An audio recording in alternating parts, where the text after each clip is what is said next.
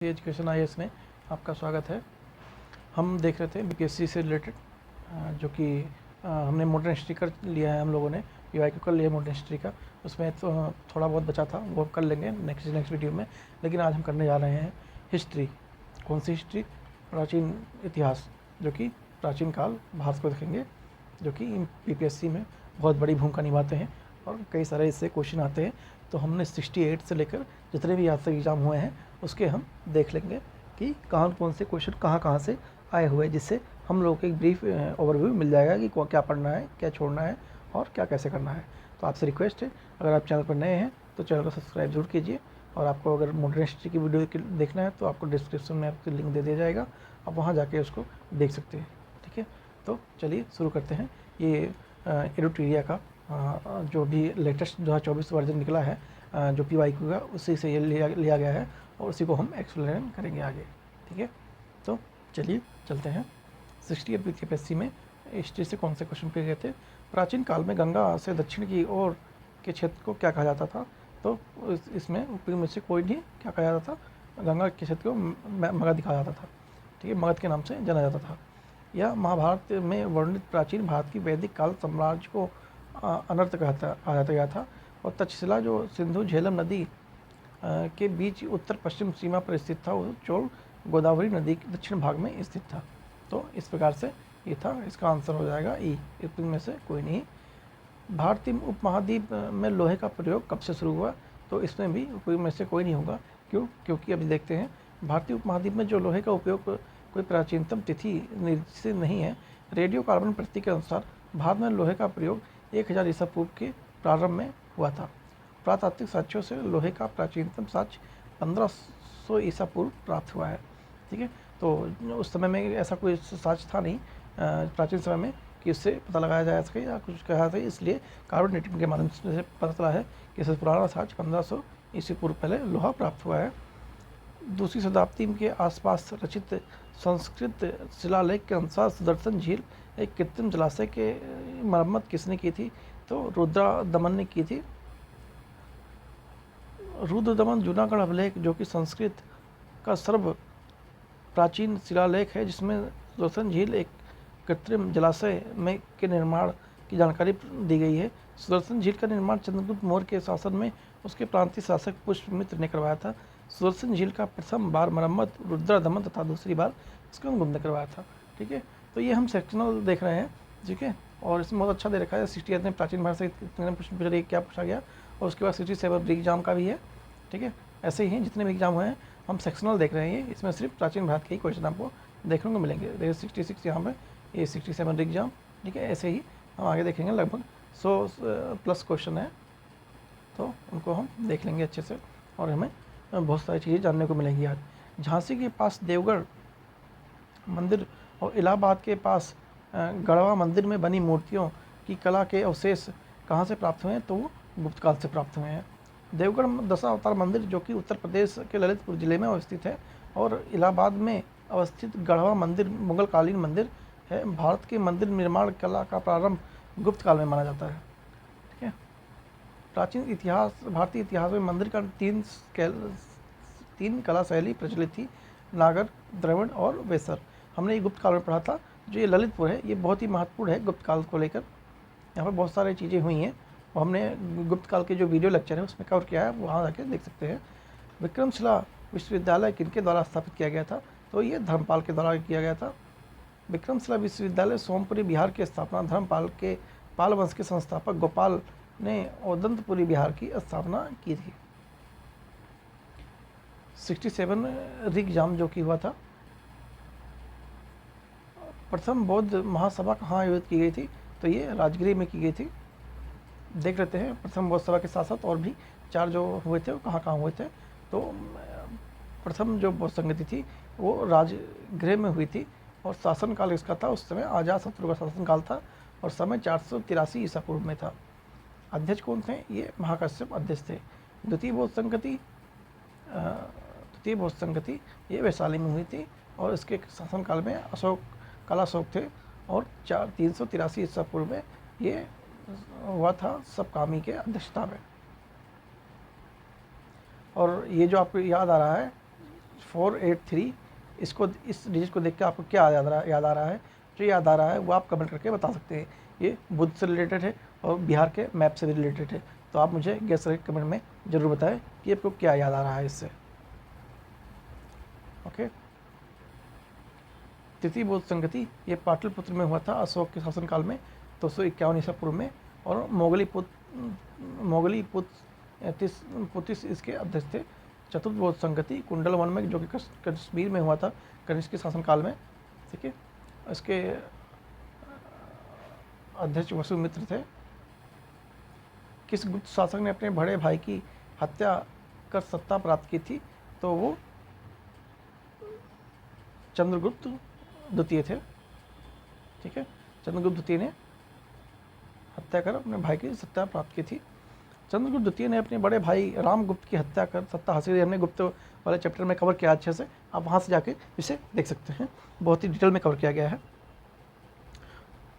और मैं उसका लिंक डिस्क्रिप्शन में भी दे दूंगा, आप चाहें तो वहाँ से भी देख सकते हैं। चंद्रगुप्त की थी विरासत में एक बड़ा साम्राज्य प्राप्त करने के बाद उसे पड़ोसी क्षेत्रों पर नियंत्रण बढ़ाकर अपने पिता समुद्रगुप्त की नीति जारी रखी। चंद्रगुप्त द्वितीय, जिसने विक्रमादित्य भी कहा जाता था, शासनकाल इसका 380 से 415 ईस्वी तक था। इसके शासनकाल में भारत की स्वर्ण युग कहा गया, क्योंकि इस समय कला, स्थापत्य और साहित्य इत्यादि अभूतपूर्व विकास हुआ था। इन्हीं शासनकाल में चीनी यात्री फाहियान भारत भी आया था। वह समुद्रगुप्त का पुत्र और चंद्रगुप्त का प्रथम पुत्र था। सांची अभिलेख में उसे देवराज और प्रवरसेन भी कहा गया है। विक्रमादित्य ने अपनी दूसरी राजधानी उज्जैनी को बनाया था। चंद्रगुप्त ने विद्वानों को संरक्षण दिया और उसके दरबार में नवरत्न का निवास किया करते थे, जिसमें से कालिदास, बारह में धर्मंत्री और भी बहुत सारे विद्वान मौजूद हुआ करते थे। वर्धन राजवंश की स्थापना किसने की? तो पुष्यभूति ने वर्धन राजवंश की स्थापना की थी। गुप्तों के बाद भारत में सबसे विस्तृत साम्राज्य स्थापना इन्होंने ही की। इस वंश का उदय हरियाणा के थानेश्वर में हुआ। बाणभट्ट हर्षचरित में पुष्यभूति को वर्धन वंश का संस्थापक बताया गया था। इसके अलावा बाणभट्ट को भी अन्य लेख कादम्बरी और चंडी शतक भी निर्मित किया है। रोमन साम्राज्य से व्यापारिक संबंध किसने स्थापित किए थे? तो कुषाणों ने स्थापित किए थे। ठीक है, रोम का संबंध अच्छे नहीं थे पारसियों से, इसलिए जो चीन से व्यापार करने वाले रोम में आते थे कुषाण, उन्होंने मधुर संबंध बनाने पड़े और व्यापार महान सिल्क मार्ग और रेशम मार्ग, जो कि आज का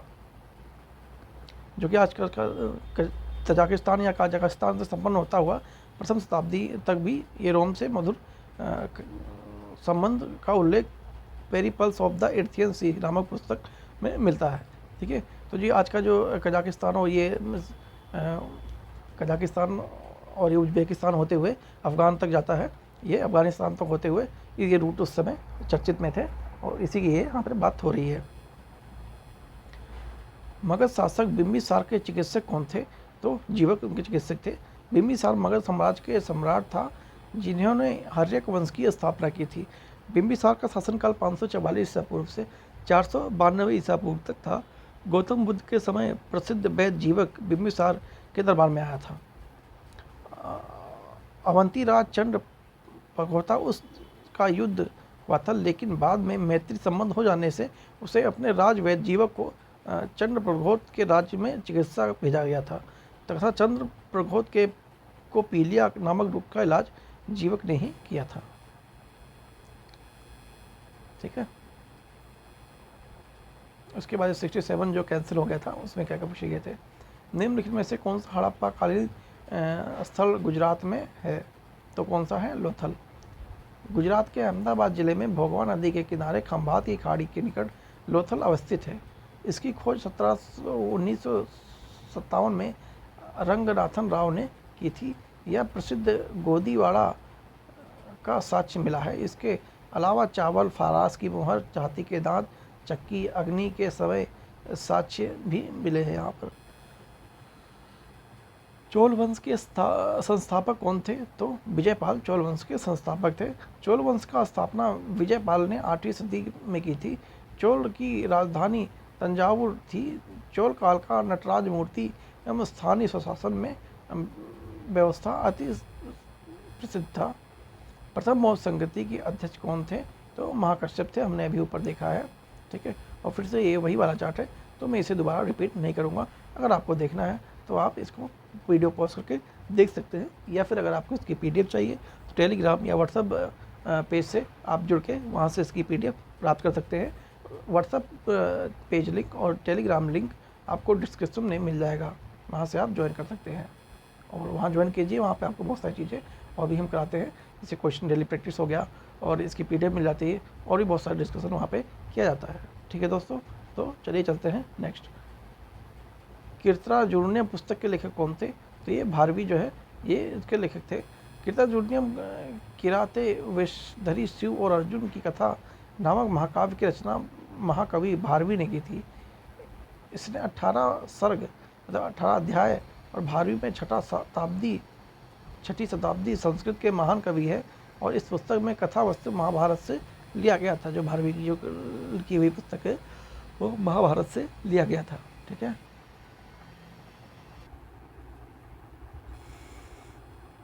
निम्न में से किस हड़प्पा नगर में जुते हुए खेतों के निशान मिले थे? तो कालीबंगन में मिले थे।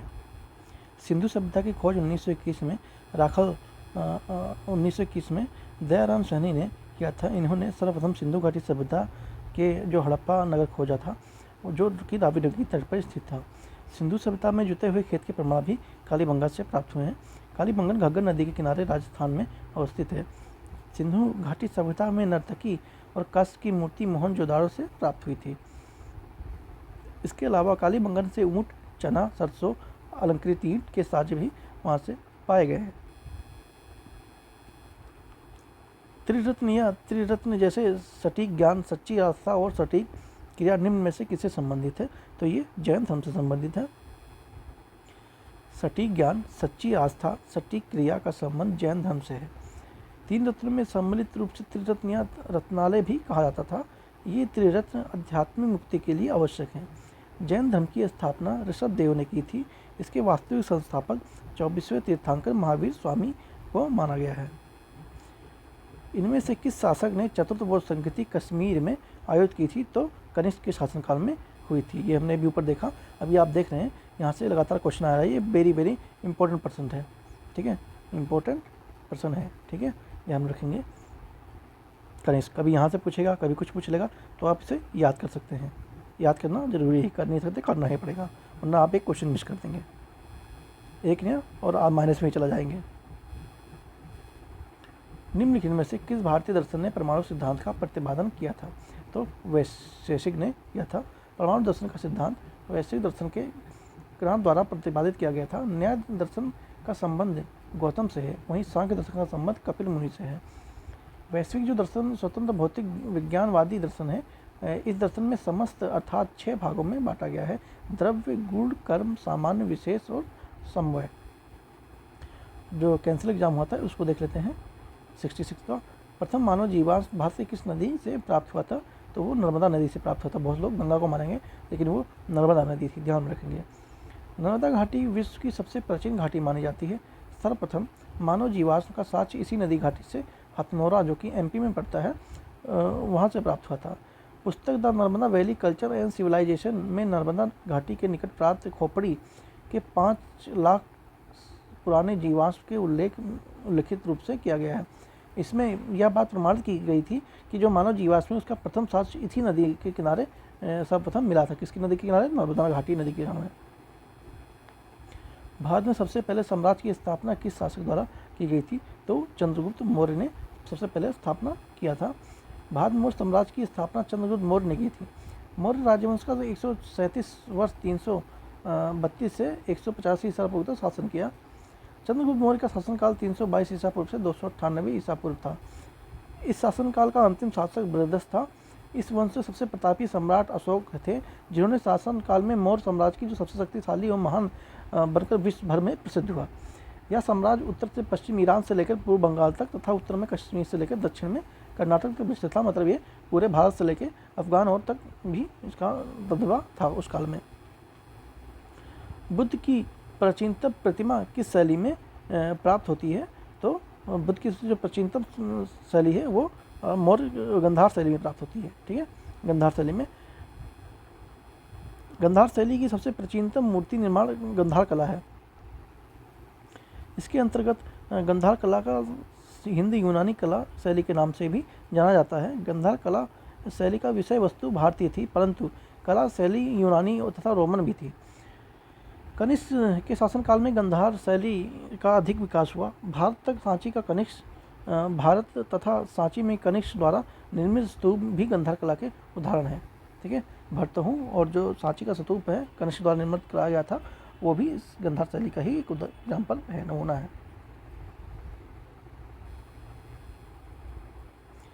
किस अभिलेख में कलिंग विजय का वर्णन मिलता है? तो कलिंग विजय का वर्णन जो है वह अशोक के 13वें अभिलेख के अनुसार अशोक ने अपने राज्य अभिषेक के 8 वर्ष बाद कलिंग युद्ध लड़ा था। कलिंग विजय उसकी आखिरी विजय थी। यह युद्ध 261 ईसा पूर्व में लड़ा गया था। इस युद्ध के बाद अशोक जीवन पर गहरा प्रभाव पड़ा तथा उसने अहिंसा, सत्य, प्रेम, परोपकार का रास्ता अपनाया और वह युद्ध धर्म का अनुयायी बन गया। ये युद्ध नहीं है एक्चुअल में, ये बुद्ध है। ये कुछ टाइपिंग में मिस्टेक शायद हो गई है इन लोगों से, तो ये बुद्ध धर्म को अनुयायी बन गया। ठीक है। 65वीं BC अपने शिलालेख अशोक सामान्यतः किस नाम से जाने जाते थे? तो वो प्रियदर्शी के नाम से जाने जाते थे। उनको शिलालेखों में वर्णन मिलता है। अशोक पहला राजा था जिसने अपने शिलालेख को सीधे अपनी प्रजा को संबोधित किया था। अशोक केवल लघु शिलालेख से मिला है। अन्य सभी शिलालेखों में देवन प्रिय, प्रियदर्शी, देव अर्थात देवों का प्यारा उपाधि से उसको संबोधित किया गया था। जेम्स प्रिंसेस ने सर्वप्रथम देवन प्रिय प्रियदर्शी अशोक के अभिलेख की पहचान किया था। किसने? जेम्स प्रिंसेस ने किया था। इनमें से कौन गुप्त काल में औषधि के लिए अपने कार्य के लिए जाना जाता था? तो वो कौन थे? वो धन्वंतरी थे। गुप्त काल के प्रसिद्ध औषधि धन्वंतरी विकल्प में दिए गए नामों में केवल सुश्रुत आयुर्वेदाचार्य थे, लेकिन इसका काल 600 ईसा पूर्व माना गया है। सुश्रुत को शल्य चिकित्सक की जनक और सर्जरी का पिता भी कहा जाता है। जो सुश्रुत थे उनको सर्जरी का जनक भी कहा जाता है। क्वेश्चन आ सकता है, नोट कर लीजिएगा। निम्नलिखित में से प्राचीन भारत की कौन सी लिपि दाहिने से बाएं लिखी जाती थी? तो खरोष्टी थी। ठीक है, ध्यान में रखेंगे चीज़। खरोष्टी लिपि प्राचीन भारतीय लिपि थी जिसे दाएं से बाएं लिखा जाता था। यह लिपि भारत में पश्चिमोत्तर गंधार क्षेत्र में भाग में प्रचलित थी। भारत में पश्चिमोत्तर भाग में अशोक के शिलालेख पर खरोष्टी लिपि का प्रयोग किया गया था। निम्नलिखित में से कौन सा बंदरगाह गुप्त काल में उत्तर भारतीय व्यापार के लिए प्रयोग किया जाता था? कौन सा बंदरगाह किया जाता? तो ताम्रलिप्ति जो था उसे किया जाता था व्यापार के उपयोग के लिए। भारत के पूर्वी तट पर स्थित ताम्रपाली शहर का ताम्रपत्री बंदरगाह जो है वो गुप्त काल का प्रमुख बंदरगाह था। यह दक्षिण एशिया एवं दक्षिण पूर्व एशिया में व्यापार से होता था। इसी बंदरगाह से पश्चिमी तट पर बंदरगाह भड़ोस से पश्चिमी एशिया से व्यापार किया जाता था तथा जो ताम्रपाली थे वो बंदरगाह वर्तमान में इस समय पश्चिम बंगाल के मिदनापुर जिले में अवस्थित है। 65 BPSC का जो दिव्यांग कोटि है उनके लिए क्वेश्चन दिया गया था ये। निम्नलिखित में से कौन सा कथन सही है? हड़प्पा का उत्खनन 1921 में किया गया था। नहीं, ये 1921 में नहीं हुआ था, ये 1922 में हुआ था। ठीक है, माफ़ कीजिएगा, 1921 में हुआ था। हाँ, सही लिखा हुआ है, सही। ठीक है, सही है। ये 1921 में किया गया था। वर्तमान में हड़प्पा पाकिस्तान में है, ये भी बिल्कुल सही है। हड़प्पा नदी ब्यास नदी किनारे था। नहीं, ब्यास नदी के किनारे नहीं था। हड़प्पा नदी उत्खनन RG बनर्जी से। नहीं, ये भी नहीं, बनर्जी से। छात्र वाला ताम्र रथ हड़प्पा से मिला। जी नहीं, ये भी यहाँ से नहीं है, मिला है। ये मिला है। देखते हैं अभी कहाँ से मिला है। तो इसका आंसर ए है, मतलब 1 और 2, ये और ये सही है। हड़प्पा सभ्यता की खोज 1921 में राय बहादुर दयाराम सैनी ने किया था, जो कि रावी नदी के तट पर स्थित है। यह वर्तमान समय में पाकिस्तान पंजाब प्रांत में है। हड़प्पा सभ्यता के सिंधु घाटी सभ्यता के नाम से भी जाना जाता था। यह कस्ययुगीन सभ्यता थी तथा भारत में इस सभ्यता का सबसे बड़ा स्थल राखी गढ़ी है, जो कि घग्गर नदी के तट पर स्थित है, जो कि इस समय हरियाणा में है।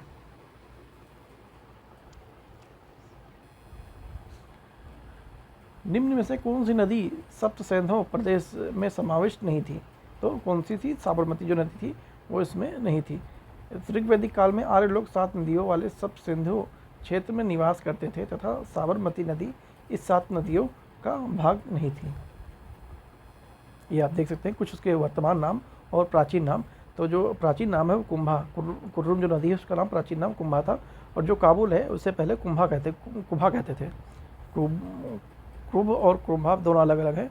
ये कुंभा है और ये कुंभ है। झेलम नदी को विस्ता कहा जाता था, चिनाब को अस्किनी कहा जाता था, और रावी को पुरुषनी कहा जाता था। गंडक जो है उसे सदानीरा कहा जाता था, और जो घाघर नदी है उसे सरस्वती भी कहते थे।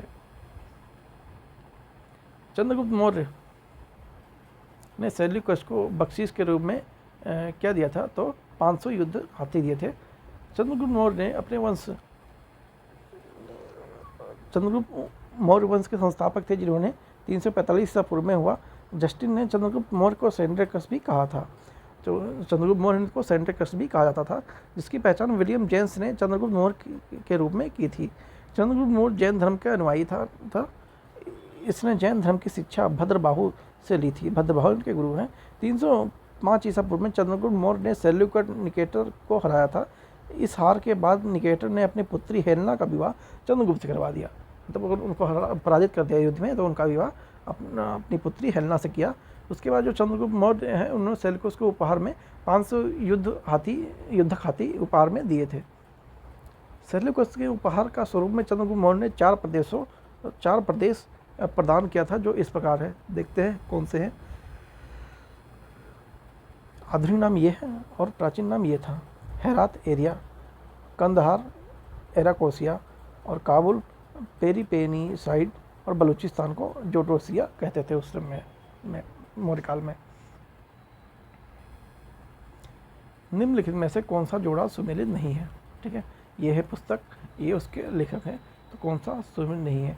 तो जो ये आर्यभट्ट हैं, इन्होंने बृहद संहिता लिखी थी, ना कि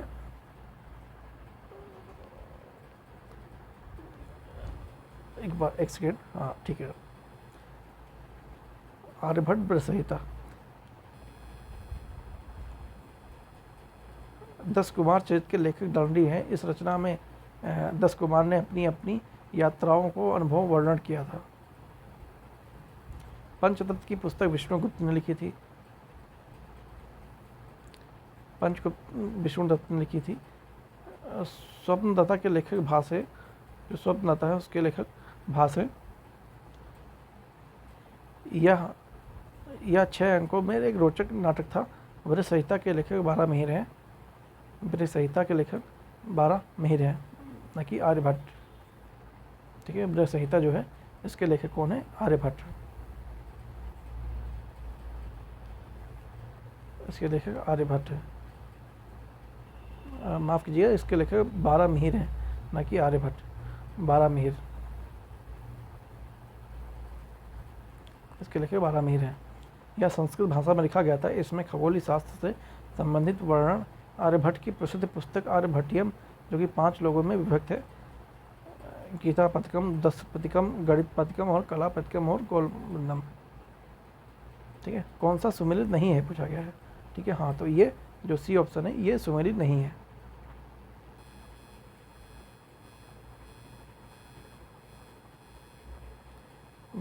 विग्रह 5 ने अजमेर में 2.5 दिन के झोपड़ा नामक मस्जिद के पहले किसका निर्माण करवाया था? तो एक स्कूल का निर्माण करवाया था। पहले ये स्कूल के नाम से हो, उसके बाद ये 2.5 दिन का झोपड़ा बना। 1135 ईस्वी के आसपास अजमेर में एक संस्कृत विद्यालय का निर्माण करवाया था, जिसे तोड़कर 1192 में कुतुबउद्दीन ऐबक ने मस्जिद निर्माण करवाया था। आगे चलकर ये 1213 में ईस्वी में इल्तुतमिश ने इसे मस्जिद का नाम दे दिया। निम्न में से कौन सा कथन सही है? कल्हण द्वारा रजनी संस्कृत में है। इब्न बतूता को दिल्ली का काजी नियुक्त किया गया था। अब्दुल हामिद लाहौरी को पद्म शहरनामा शाहजहां ने शासन के बारे में है। अमीर खुसरो में सितारा का आविष्कार हुआ था। हमीदा बानो बेगम ने हुमायूंनामा लिखा था। तो बी ऑप्शन सही है। 1 2 3 4 ये वाला गलत है। हुमायूंनामा के लेखक गुलबदन बेगम थी, जो कि बाबर की पुत्री थी, हुमायूं की बहन भी थी। इस पुस्तक के बारे में हुमायूं के बारे में जानकारी मिलती है। इस पुस्तक के माध्यम से तत्कालीन समय में भारत की आजीविका तथा सामाजिक दशा का विवरण भी प्राप्त होता है।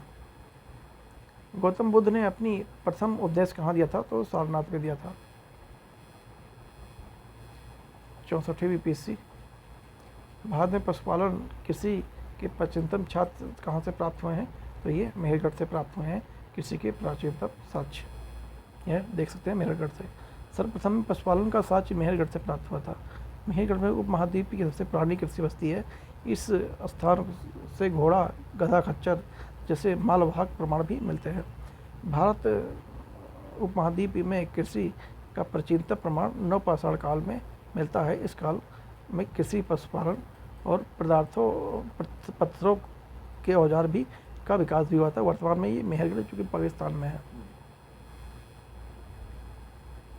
इसमें किसने सर्वप्रथम व्यापक पैमाने पर स्वर्ण मुद्राओं का प्रचलन किया था? तो वो कौन था? ये बिम कडफिसेस था। भारत में सर्वप्रथम व्यापक रूप से स्वर्ण मुद्राओं का प्रचलन बिम कडफिसेस ने किया था। इस शासक ने प्रारंभ में सिक्कों को शिलालेखों की एक विशेष श्रृंखला में जारी की थी। इसमें तांबा, सोना, चांदी और सिक्के भी चलवाए थे। बिम कडफिसेस ने महेश्वर की उपाधि धारण की थी। यह कुषाण वंश प्रथम शताब्दी का शासक था।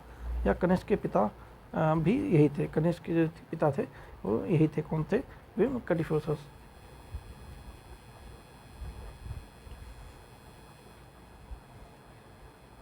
इनमें से किसने पहली बार यह व्याख्या की थी कि पृथ्वी अपने धुरी पर घूमने के कारण प्रतिदिन सूर्योदय और सूर्यास्त होता है?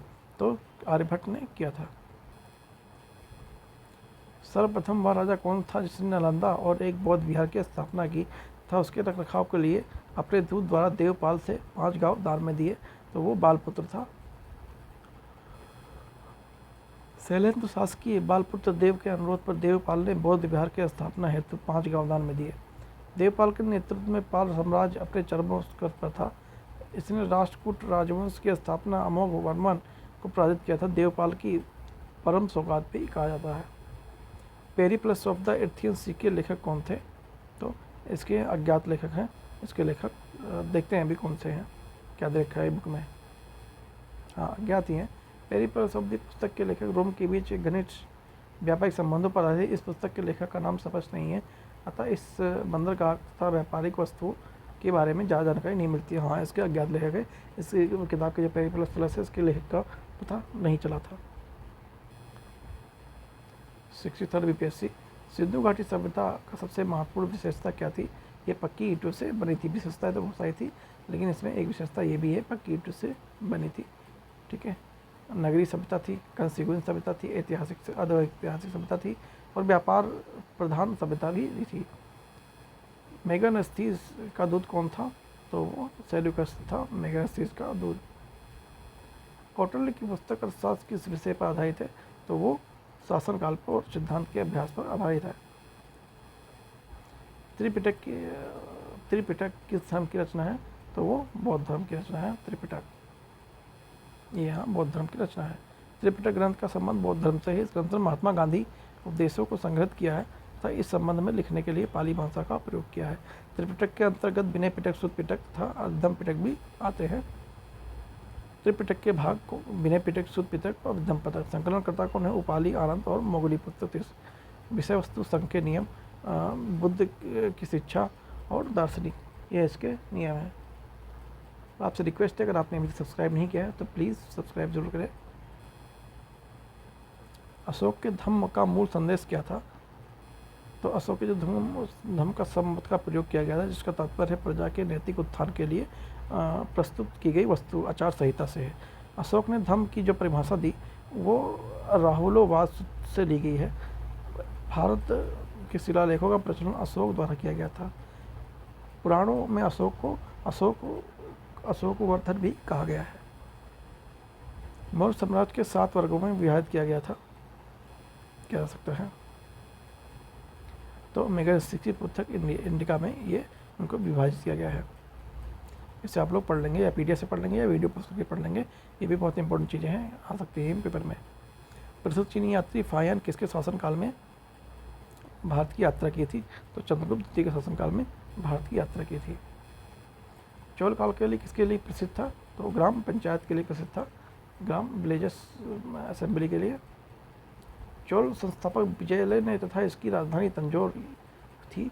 स्थानीय स्वशासन चोल साम्राज्य की प्रमुख विशेषता थी।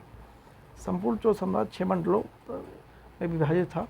चोल साम्राज्य का सर्वाधिक विस्तार राजेंद्र वन के शासनकाल में हुआ।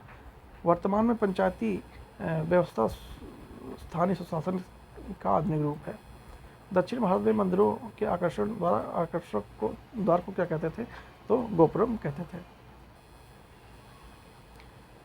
चीनी यात्री सुंग यूंग भारत की यात्रा कब की थी? ये 1515 से 1520 में की थी।